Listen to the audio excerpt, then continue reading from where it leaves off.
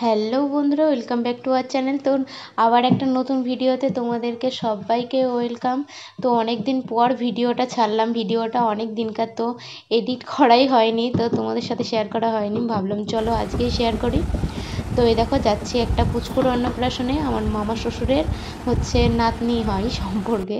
তো ওই মালাটা ওর জন্যই নিয়েছিলাম। তো এখন আমরা বাসের জন্য ওয়েট করছি। তো এই বাসটা ছাড়বে না, যাচ্ছি হচ্ছে তেহট্টতে। তো তারপরে একটা বাস আসলো, ওই বাসটাতেই উঠে পড়লাম দুজন। তো অনেকক্ষণ এখানে দাঁড়িয়ে ছিল বাস স্ট্যান্ডে। তো তারপরেই বাসটা ছাড়লো, তো বসে বসে গল্প করছিলাম দুজন। তো আর এই দেখো বাসটা ছেড়েই দিয়েছে। তো দেবগ্রামের রেল লাইন পার হয়ে অন্য একটাই জায়গাটার নাম আমি জানি না, যাই হোক। তারপরে এই দেখো অর্ধেক রাস্তা চলেই এসেছি। তো আমাদের এখান থেকে তেহট্ট বেশি দূর না, আধা ঘন্টা লাগে। তো বাস থেকে নামার পরেই হচ্ছে 2 থেকে 5 মিনিট হাঁটলেই মামার বাড়িটা চলে আসে আর কি। এই দেখো বলতে বলতে মামার বাড়ি গেটের সামনে চলেই এসেছি। তো যেহেতু আমার বিয়ের পর প্রথমবার কোনো ওর আত্মীয়র বাড়ি আসা, তো ভালোই লাগলো। তো এটা হচ্ছে ঢুকে এদের ঠাকুর ঘর এটা। তার এখানে একটা ছোট্ট টিয়া পাখিও ছিল, কি সুন্দর লাগছিল দেখতে। তো এই দেখো, তো অনুষ্ঠানটা তেমন বড় করে হচ্ছে না, শুধু নিজেদের লোকগুলোকে নিয়েই করা আর কি, ছোটোখাটো করে। তো বেশ ভালোই লাগছিলো। এই দেখো পুচকুটা, এই পুচকুটারই অন্নপ্রাশন আজকে।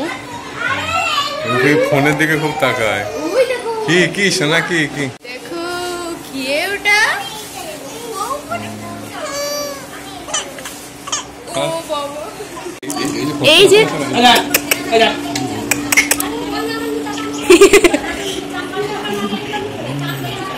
তো এত বাচ্চা আমার কোলে আসে, তো এ আমার কোলে আসছিল না, কাঁদছিল। তো কিন্তু এ ছেলেদের কোলে খুব ভালো থাকে, হয়তো ছেলেদের কোল ভালোবাসে, অনেক বাচ্চা হয় ছেলেদের কোল খুব ভালোবাসে। তো এই যে রান্না হচ্ছে এখন। তো এইটাই হচ্ছে ওই পুচকুটার দিদি, এটা হচ্ছে বড় মেয়েটা। তো আমরা দুজন এখানে বসেছিলাম, রেস্ট নিচ্ছিলাম। আমি কাপড়টা চেঞ্জ করে নিয়েছি, কারণ ওই কাপড়টা পরা যাচ্ছিল না এই গরমে।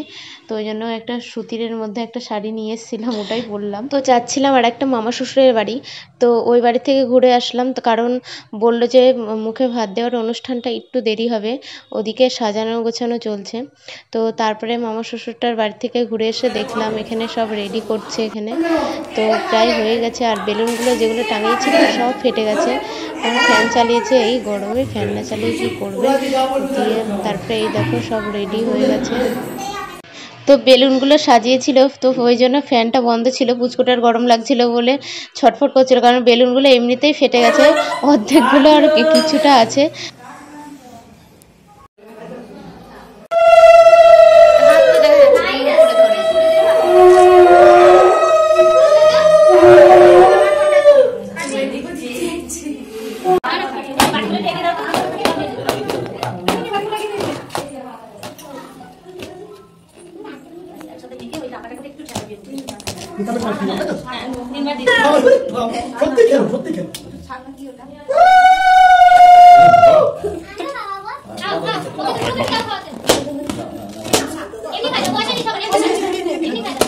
তারপরে ওর দিদি আবার ওকে খাইয়ে দিচ্ছিল, বলছিল আমি আমার বোনকে খাওয়াবো। তো ও আর খেলো না, ওর কাছ থেকে বলছে আমার কাছ থেকে খেলো না।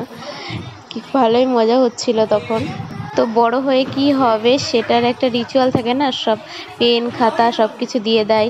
তো ও সামনে ধানটাই ফেলেছিল, তো ধানটাও সবাই বলছিল যে ওটাও খুব শুভ, তো ঘরের লক্ষ্মী আনে। তো খুব ভালো হয়েছিল। তো ও ধানটাতেই হাত দিয়েছিল আগে, তোমরাও দেখতে পাচ্ছ, ওই দেখো। পরে ভাবছিলাম কখন ফাঁকা হবে, পুচকুকে আমিও একটু খাইয়ে দেবো। তো ফাইনালি সেই সময় চলে আসলো। তো ও গরমে তো ভীষণ ছটফট করছিল, কিচ্ছু খেতে চাইছিল না। দেখো আমার হাত থেকে তো একটু খাইনি, জোর করে তখন অল্প একটু খাইয়ে দিলাম। তো পুচকুটা, তো এই দেখো এদিকে আবার আমার বর ক্যাটারিং করতে শুরু করে দিয়েছে। তো আমরা চলেই যাব, আজকেই বাড়ি চলে যাব বিকালে। তো ও বললো ঠিক আছে একটু খাওয়া দাওয়া করিয়ে নিই, তারপরে বেরোবো। তারপরে ও ফাইনালি খেতে বসে পড়েছে। সবাইকে খাবার দাবার দেওয়ার পর এখন বাজে 4টে। তো এখন আমরা চলে এসেছি বাস স্ট্যান্ডে, তো বাস ধরবো বলে তো ওয়েট করছি। তো অনেকক্ষণ দাঁড়িয়েছিলাম, এখানে একটু বসার জায়গাও ছিল না কিছু, কারণ গ্রামের ভিতরে তো বাস স্ট্যান্ডটা, ওই জন্য। তো তারপরে বাসে উঠে পড়েছিলাম, তারপরে আর তোমাদের সাথে ভিডিও শেয়ার করা হয়নি। তো এই দেখো আমাদের গ্রামের ভিতরে চলে এসেছি। তো আজকের ভিডিওটা এখানে শেষ করছি। তো কেমন লাগলো অবশ্যই কমেন্ট করে জানিও। তো টাটা।